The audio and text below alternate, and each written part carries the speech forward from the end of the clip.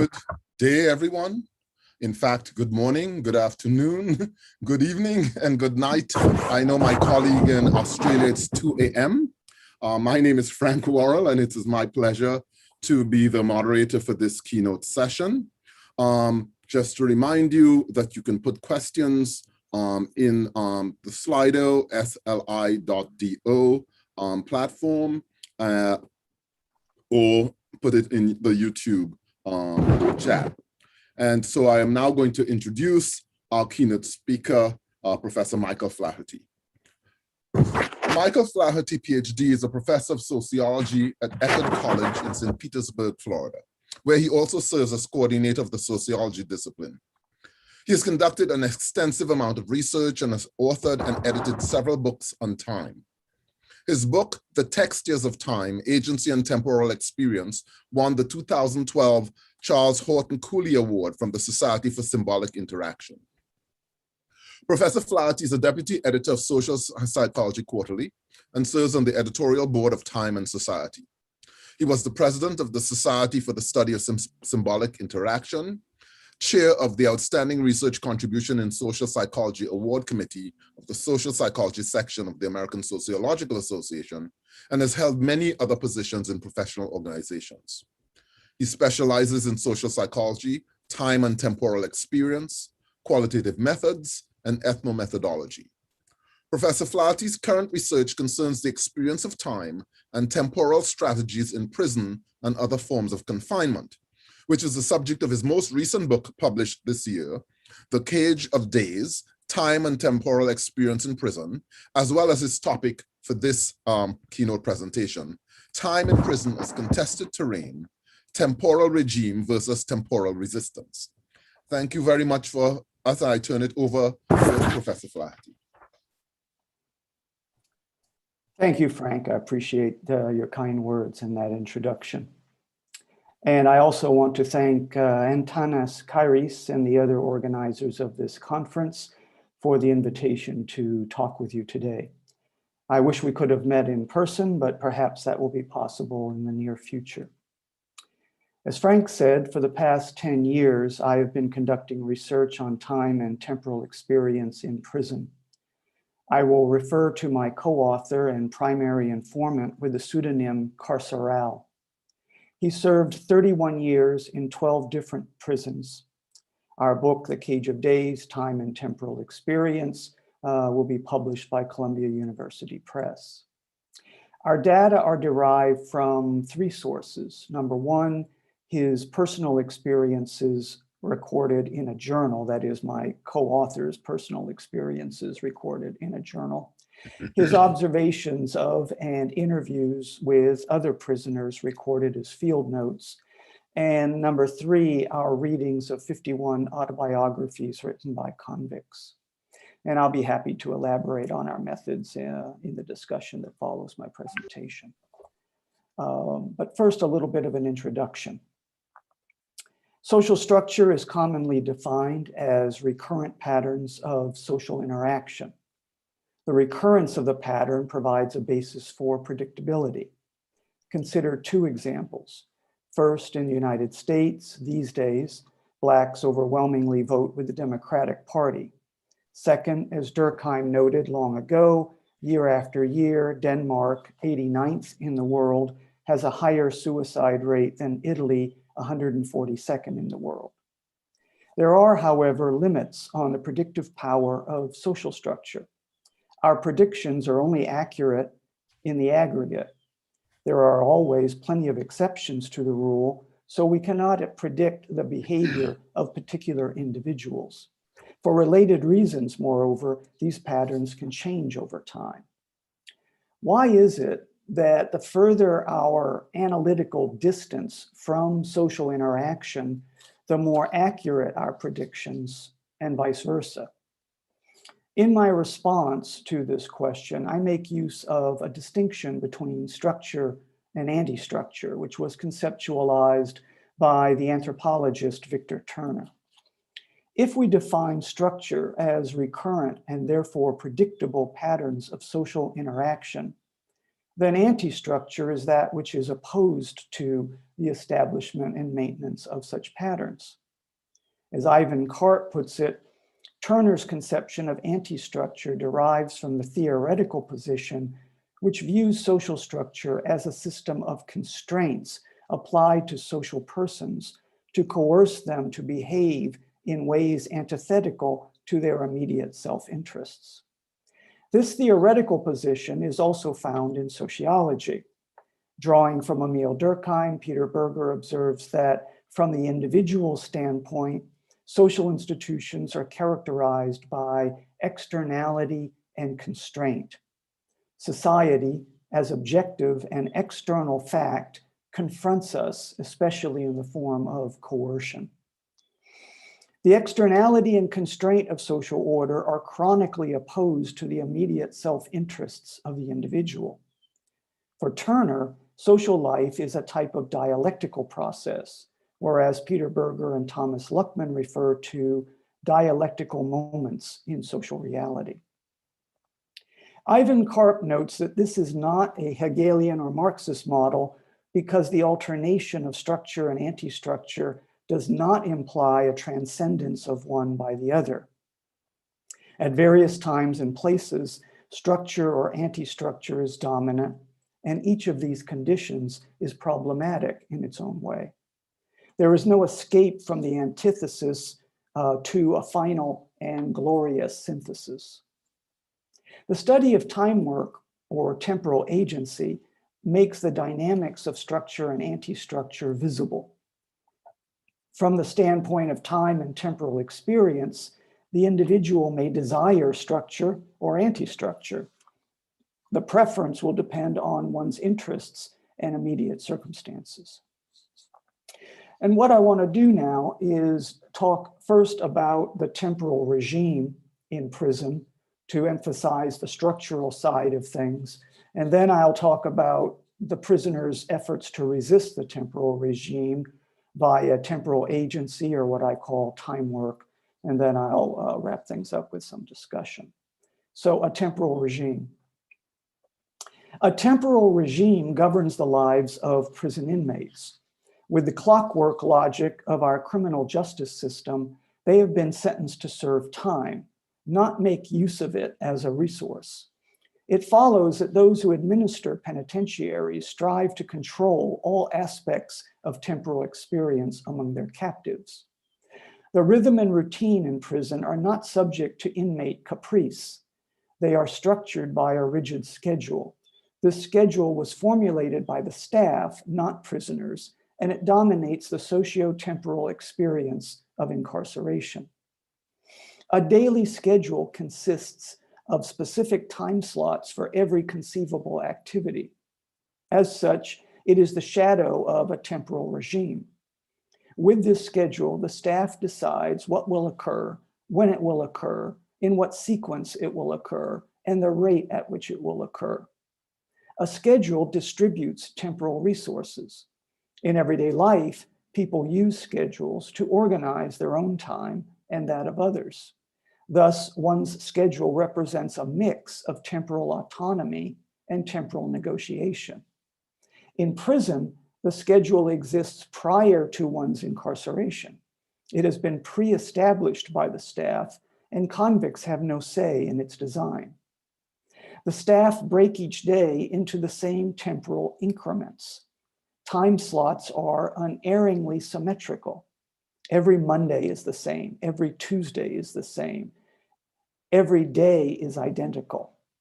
Zerubbabel points out that in accord with temporal norms, the staff of hospitals and other organizations typically make appointments at 15-minute intervals, beginning at the top of the hour. In prison, where every minute is counted by the staff, the schedule is comprised of 5-minute increments. This excruciating concern with punctuality may signify the temporal regulation of convicts for correctional purposes, but Carceral and fellow inmates viewed it as an authoritarian form of temporal taunting. In any case, the recognition that time is now absolutely inflexible is an important psychological adjustment for prisoners. Any deviation from the schedule will require permission, which is unlikely since it would invite similar requests from others. Those of us in the outside world enjoy an exaggerated sense of temporal autonomy regarding our schedules, but convicts can harbor no such illusions. At Gladiator School, a pseudonym for a maximum security prison, carceral's day began at 6 a.m. with a buzzer blasting and the lights brightening. Convicts were allowed to leave their cells for breakfast at the 6:25 ring out, but they were herded back into their cells at 6:55 for the 7:05 morning count. Monday through Friday, except holidays, school ring out in the cell block was at 7:45 a.m. Classes did not stop during the summer. Convicts with jobs left 10 minutes earlier from another cell block at 7:35. There were 4 periods of school in the mornings: 7:50 to 8:25, 8:35 to 9:10, 9:20 to 9:55, and 10:05 to 10:40. Prisoners returned to their cells after classes. They were released at 11:30 for lunch, but there was another in-cell count at 12:15 p.m. There were 4 more periods of school during the afternoon. Dinner started at 4:35, and there was a nightly count at 5:20. In combination, counts appropriate more than 2 hours of a prisoner's day, most of which is spent waiting. Standing counts also structure the schedule at medium and minimum security prisons. Carceral was at Ridgewood Medium Security Facility in 1995. The standing counts were at 7:30 a.m., 11:30 a.m., 4:30 p.m., 7:30 p.m., and 9:30 p.m., 7 days a week. Prisoners were fed after the second 2 counts. Almost 20 years later, he still remembers the times for the counts and how they cut up the day. At the minimum security facility, Cherry Flats, the daily schedule was equally symmetrical. The first prisoner count was at 5:15 a.m.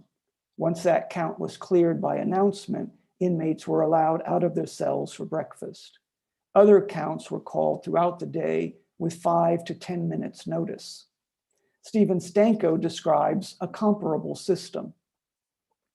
At 7:30 a.m., the institutional intercom announces 10 minutes to count, giving notice of count procedures to all parties. At 7:40 a.m., count time is called. Count procedures vary slightly from one institution to the next. Some require inmates to stand in their respective cells, while others demand each inmate to stand outside the door. In the event that a count does not tabulate exactly, an immediate recount is called. Standing count is held at least 4 times a day at the maximum security prison where Aaron George resides with other female convicts. Until count has cleared, inmates remain locked in their cells. Each count interrupts the temporal flow of all other activity. Moreover, as noted by Sonny Jacobs, convicts spend considerable time waiting for the count to be verified. We have been sitting on our beds for 45 minutes waiting for them to clear the count, and I am getting itchy to go. There is no talking during count, and you can't leave your bed even to go to the bathroom. Further corroboration can be found in Theodore Davidson's careful field work among Chicano convicts at San Quentin in the 1960s. Prisoners are awakened by a bell at 6:30 a.m. Cell doors are opened at 7 and the men file to the mess halls to eat, finishing by 7:30. After a half hour to mingle on the upper yard, work call is sounded at 8. Assigned men go to their job or to school, including vocational training. Unassigned men and those with evening or night jobs either stay in the yard to pass time there, in the gymnasium, on the lower yard, in the library, or in some out-of-the-way place until lunch lineup, or voluntarily lock up their cells for the morning. At 11:30, prisoners line up in the upper yard for lunch. The mess halls are cleared by 12:30, giving the men another half an hour on the upper yard until work call is sounded at 1 p.m. Again, the men either go to their assignments or pass the time until workday is over. Beginning at about 3:30, men gradually gather in the upper yard prior to filing into the cell blocks for the regular count. Between 4 and 4:30, the guards carefully count every prisoner in the prison. Most prisoners are required to stand at the bars of their cell while count is being taken. Dinner is served at 5, after which prisoners return directly to their cells. At 6:20, the prisoners who are scheduled for early evening activities are let out of their cells. Some who are scheduled only for later evening activities are let out at 8:20. Other activities, such as scheduled showers once a week and clothes changes, take place within each block during the evening. All evening activities are concluded by 10, with all prisoners being locked in their cells by lights out time at 10:30. Prisoners control the lights in their individual cells so they may do things such as read or listen to the radio if they have earphones as late as they wish. And tomorrow will be exactly the same. Hence, Stephen Stanko brings us back to the heart of the matter. Schedules in prison do not change from day to day. We are apt to say that prisoners are given time, but in fact, almost all of their temporal autonomy is taken from them. Behind bars, those in authority allocate temporal resources and determine the timing of one's activities or experiences. There is consequently an abundance of time until you try to do something with it. Then you discover that there is not enough time to eat a meal, take a shower, wash your clothes, talk to loved ones on the telephone, play a game, watch television, further your education, or enjoy a moment of privacy. The predefined and always insufficient interval allotted for each of these activities will have nothing whatsoever to do with desired duration, frequency, or timing. Guards turn lights on for everyone in the morning, and they do not ask if the timing is convenient for each of the inmates.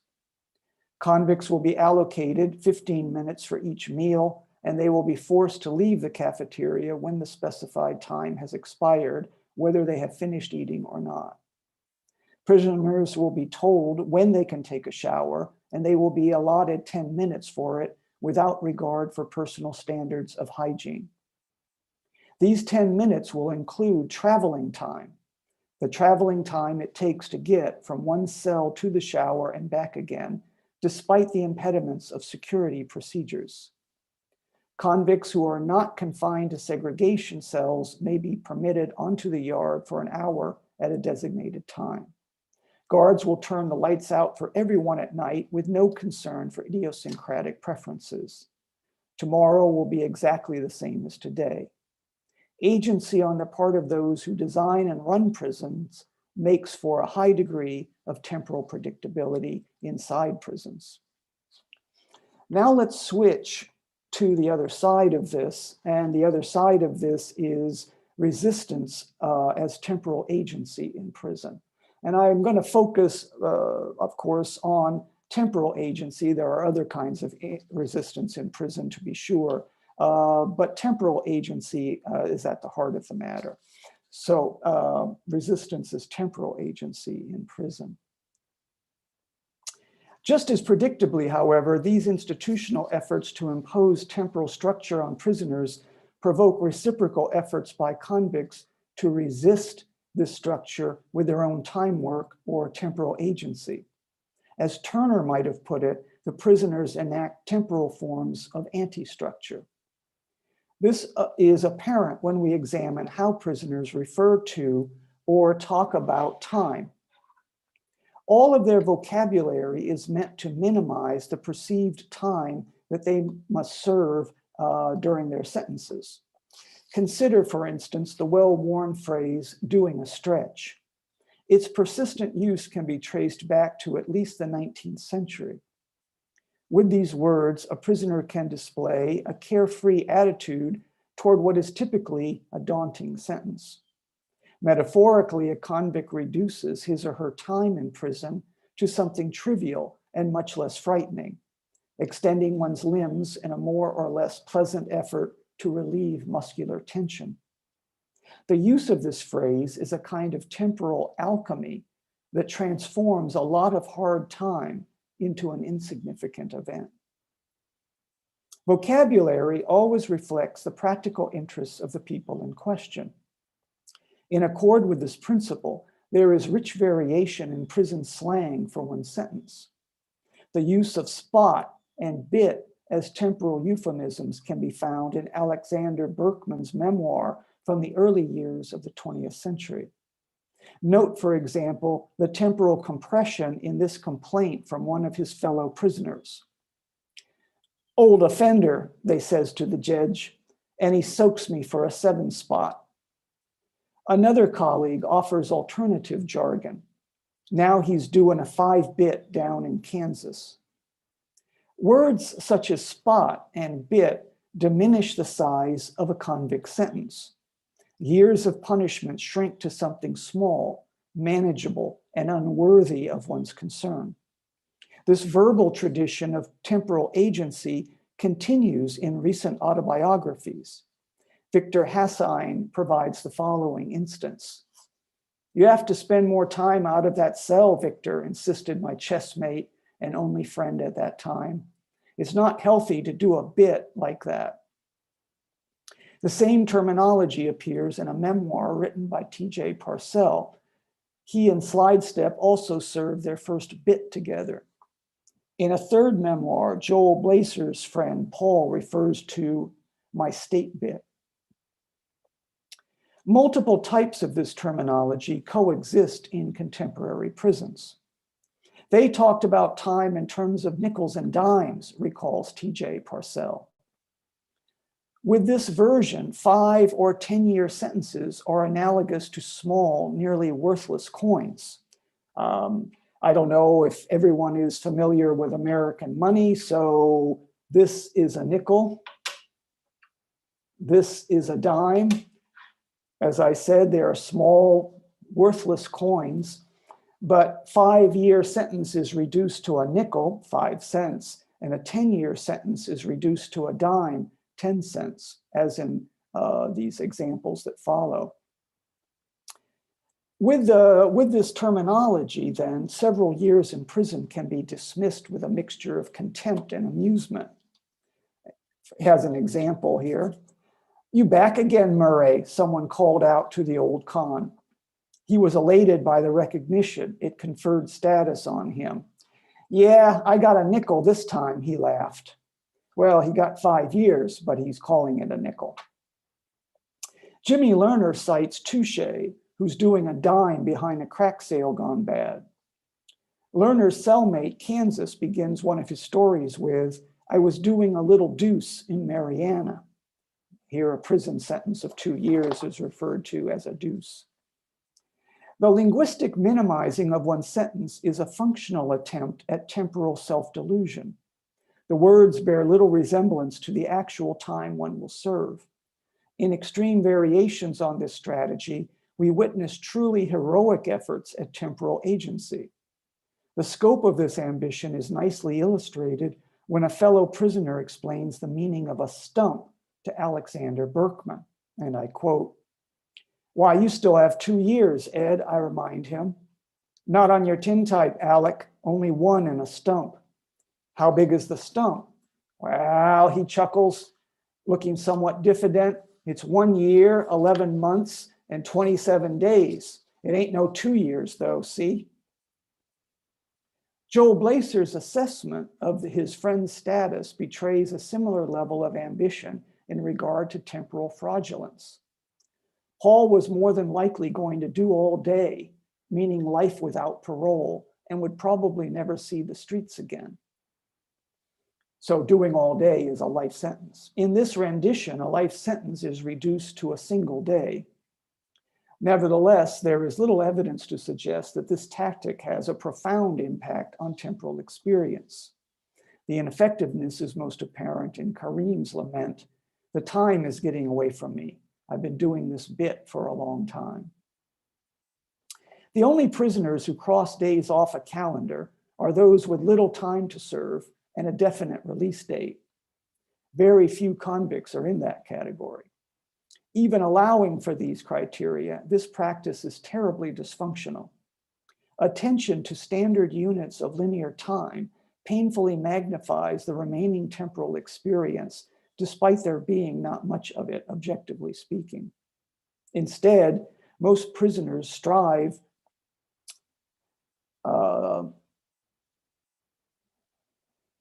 I lost my place here, excuse me. Instead, most prisoners strive to disregard dates and standard time as a form of temporal agency. Mike notes the need as well as poor prospects for this aspiration. You sure can't count the amount of time you got to do, not when the majority of people here have life plus 65, life plus 20. You don't actually put the sentence out of your mind because it is always there, impossible to forget, but it's a war you fight battle by battle. You got to go with an inmate belief that in some way you're going to elude that length of time. With its reliance on wishful thinking, this effort may be doomed from the start, but the temporal regime provokes improvisational techniques of this sort from his comrades. Refusing to admit the passage of time is the most extreme of these measures. The idea seems preposterous on the face of it, but outright refusal to acknowledge the ceaseless flow of time is voiced by fictional and non-fictional convicts alike. The Wire, an HBO television series, depicts the lives of drug dealers on the west side of Baltimore. During the 12th episode of the 3rd season, Barksdale, the kingpin, and several members of his crew are arrested. The police taunt him with the fact that he will do a long stretch in prison. But in unison, Barksdale and one of his underlings dismiss the impending sentence. Barksdale, "Shit, you only do 2 days, no how." Underling, "That's the day you go in and the day you come out." In this case, at least, art imitates life. George Jackson was in prison more than 3 decades before The Wire was telecast.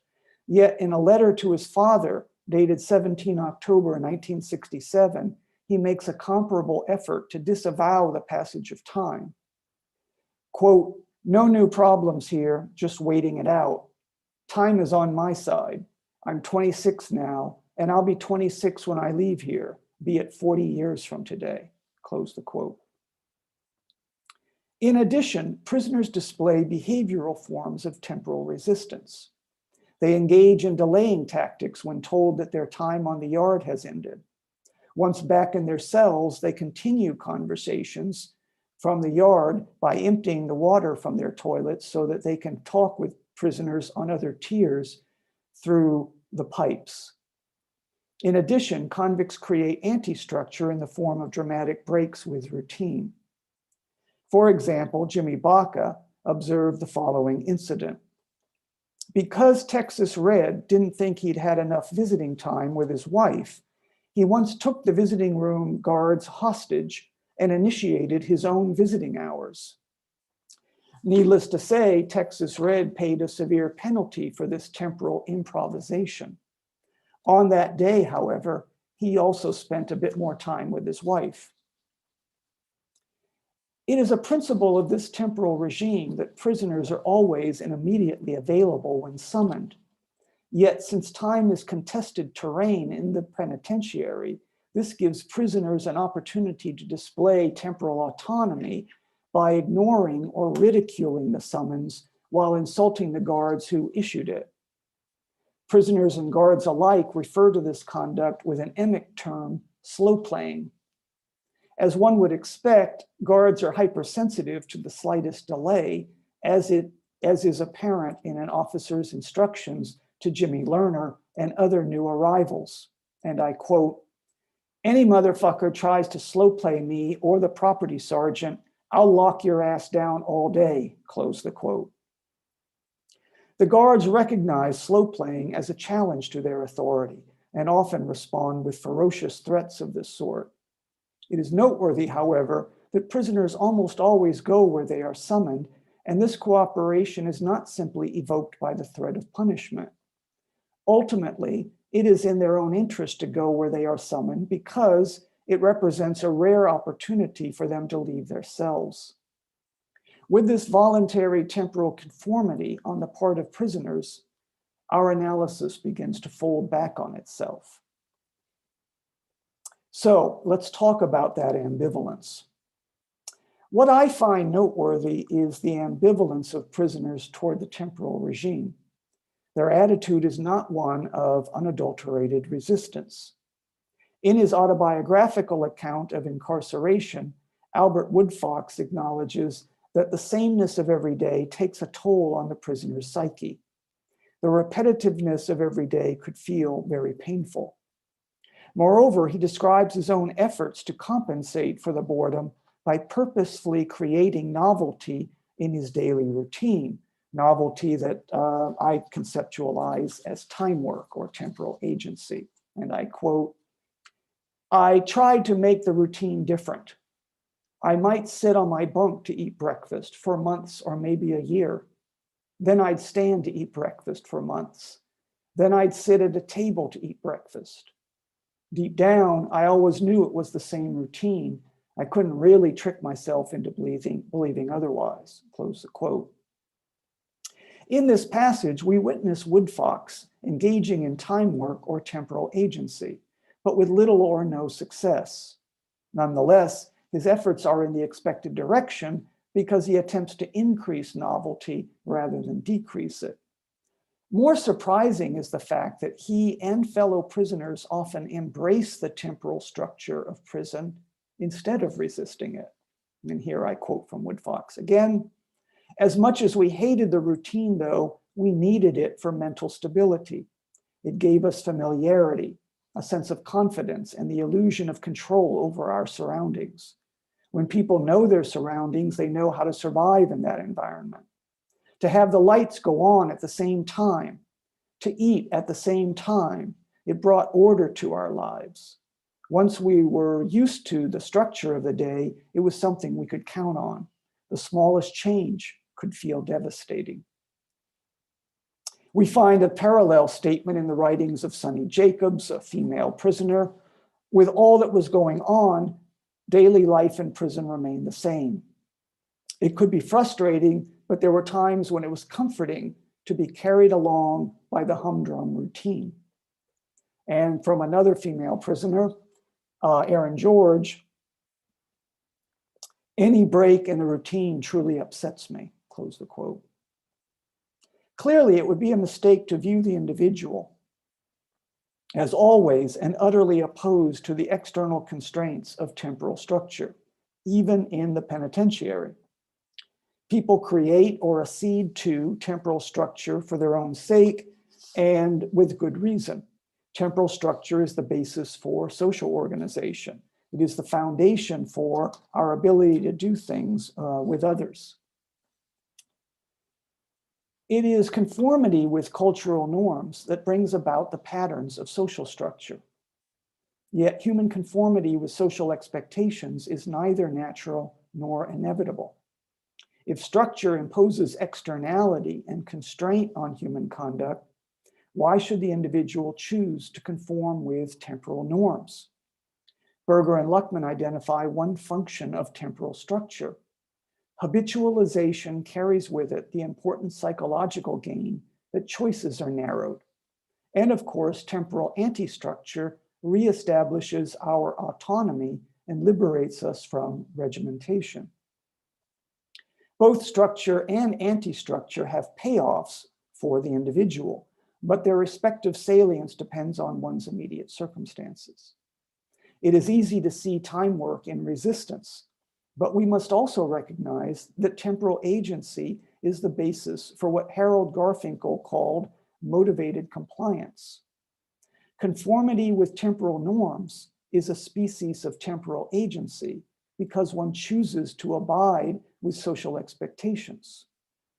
My talk was scheduled for a particular time today, and here I am. As Garfinkel would put it, I am motivated to comply with the temporal structure of this conference rather than resist it. This compliance is in contrast to my usual attitude toward a faculty meeting where I am likely to display various forms of temporal deviance.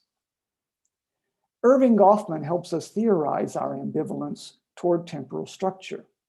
He argues that we should define the individual for sociological purposes as a stance-taking entity, a something that takes up a position somewhere between identification with an organization and opposition to it, and is ready at the slightest pressure to regain its balance by shifting its involvement in either direction. It is thus against something that the self can emerge. Human beings choose to conform with temporal norms or choose to resist them.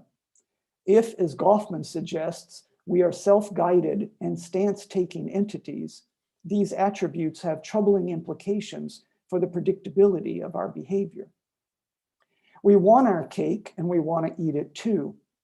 Here and there, now and then, we want temporal structure or temporal anti-structure as it suits our personal interests. This ambivalence is true for us as well as prisoners, but incarceration magnifies these dynamics and makes them visible. Thank you very much for letting me share some time with you today. I hope you found this presentation interesting, and I hope we have some questions and comments for discussion. Thank you, Professor Flaherty, for a fascinating talk and for giving me, a lot of people talk about this as time perspective, but some people use the term temporal psychology.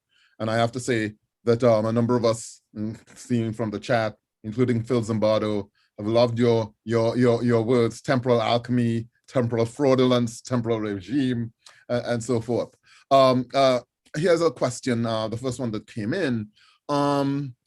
I think that from Zimbardo's research perspective, the inability to control the routine may result in a present fatalistic time perspective. Would you agree? I think so, yeah. I think one of the things that happens is that the prison is oriented toward the past. The prison is what did you do in the past wrong that got you here?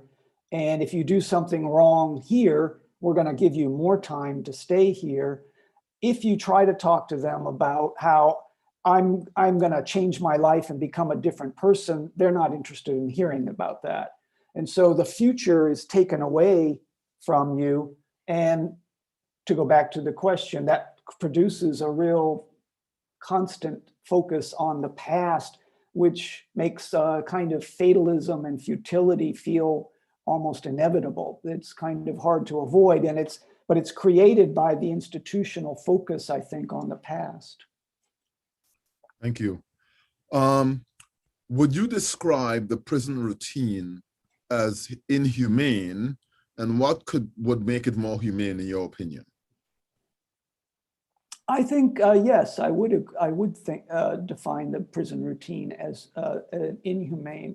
What I tried to convey in the presentation today is how granular the temporal regime is, how very small the temporal increments are that they pay attention to, such that there's essentially a systemic effort to take all temporal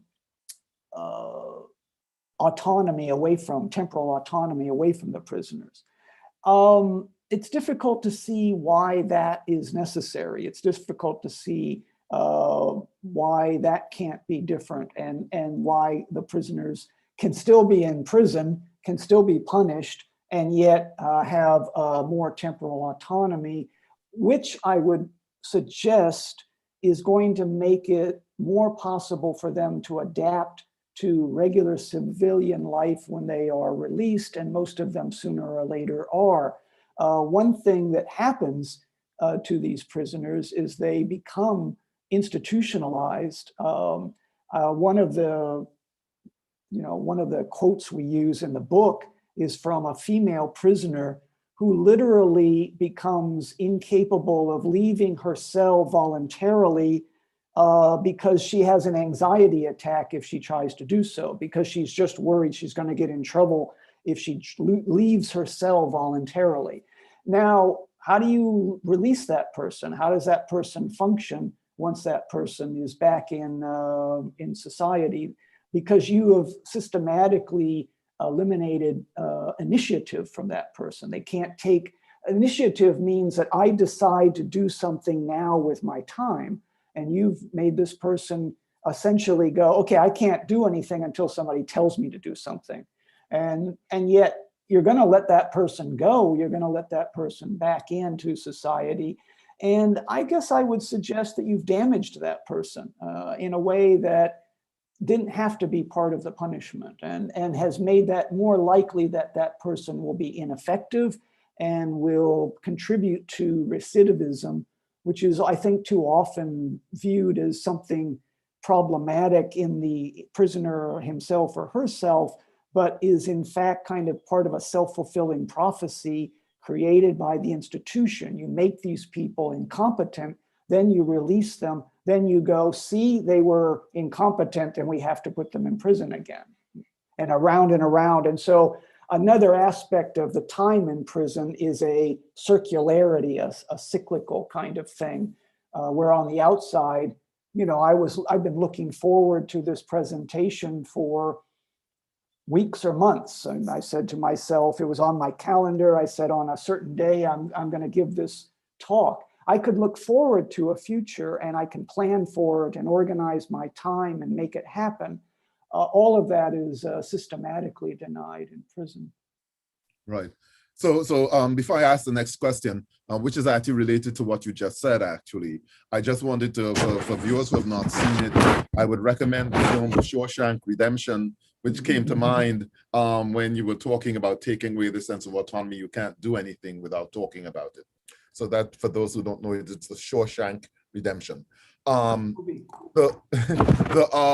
The next question that was related is, do you think that these changes in time perception or temporal strategies are repairable? Could they be changed after prisoners are set free?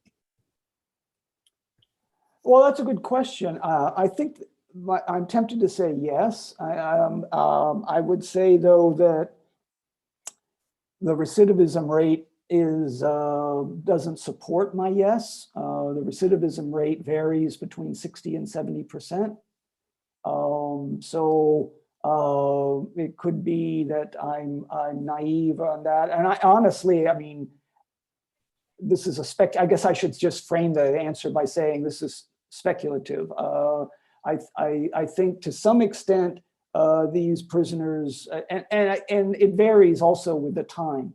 If you're in jail for 6 months, that's one thing. My co-author was in prison for 31 years.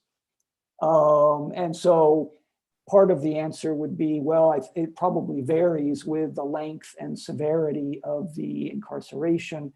I think it is repairable. I think it helps if you have people on the outside who are ready and willing to take you in and start to repair the, I would call it, interactional damage that has been inflicted on you, the systematic removal of initiative and so forth.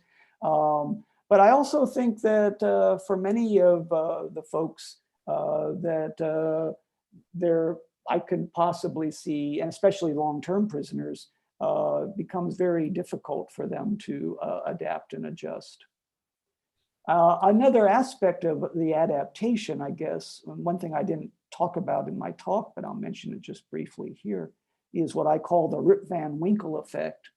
Rip Van Winkle, of course, is the famous story by Washington Irving, where this guy wakes up and he's been asleep for 20 years.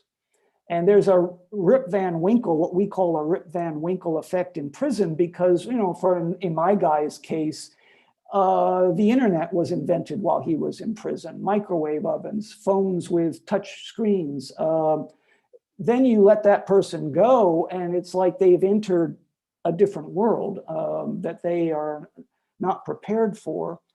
part of the way they adapted to prison was to not, what they called, don't try to serve time in two worlds. Be here now in a kind of a Zen way in prison, because if you're worried about what's out there, it's going to tear you up.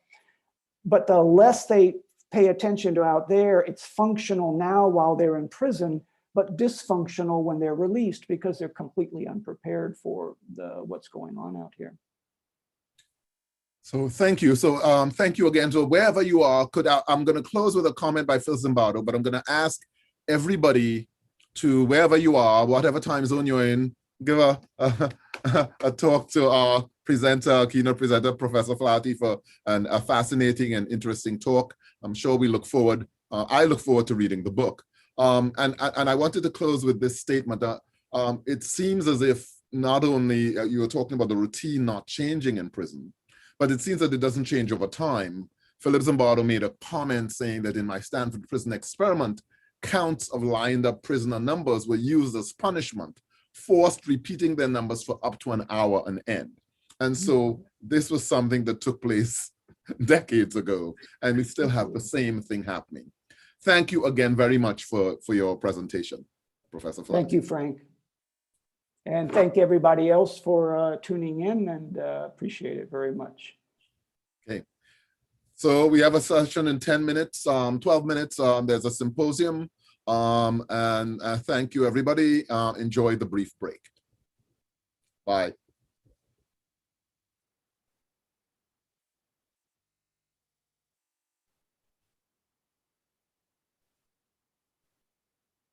So are we Antonis, I still think it's still live streaming and recording. So Antonis is